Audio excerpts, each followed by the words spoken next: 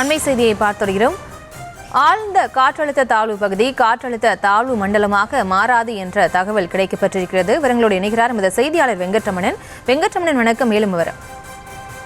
வணக்கம். தென்மேற்கு வங்கக்கடல் பகுதியில நிலவி வந்த ஆழ்ந்த காற்றழுத்த தாழ்வு பகுதி என்பது காற்றழுத்த தாழ்வு மண்டலமாகவே வலு பெறாது என இந்திய வானிலை ஆய்வு மையம் தெரிவித்திருக்கிறது. குறிப்பாக இன்று காலை 11:30 மணி நிலவரப்படி தொடர்ந்து வடமேற்கு நோக்கி நகர்ந்து அதே பகுதியில் நிலை கொண்டுள்ளது எனவும் இது அடுத்த 24 மணி நேரத்தில் வடக்கு தமிழ்நாடு, புதுச்சேரி, தெற்கு ஆந்திர பிரதேச கடற்கரை பகுதிகளில் வடமேற்கு நோக்கி நகர வாய்ப்பு இருப்பதாக தெரிவிக்கப்பட்டது. முன்னதாக காலையில வந்த அப்டேட்ல அடுத்த 12 மணி நேரத்தில் காற்றழுத்த தாழ்வு மண்டலமாக வலுப்பெற்று அதற்கு அடுத்த 12 மணி நேரத்துல காற்றழுத்த தாழ்வு மண்டலமாக, அதாவது புயலாக மாறாமல் காற்றழுத்த தாழ்வு மண்டலமாகவே கரையை கடக்கும் என கூறப்பட்ட நிலையில தற்பொழுது ஆழ்ந்த காற்றழுத்த தாழ்வு பகுதியாகவே கரையை கடப்பதற்கான வாய்ப்புகள் இருப்பதாக இந்திய வானிலை ஆய்வு மையம் தெரிவித்திருக்கிறது. தென்மேற்கு வங்கக்கடல் பகுதியில நிலவி வரக்கூடிய ஆழ்ந்த காற்றழுத்த தாழ்வு பகுதி மேற்கு வடமேற்கு திசையை நோக்கி நகர்ந்து இன்று காலை 11:30 மணி அளவுல அதே பகுதியில நிலை கொண்டிருக்கு. இது அடுத்த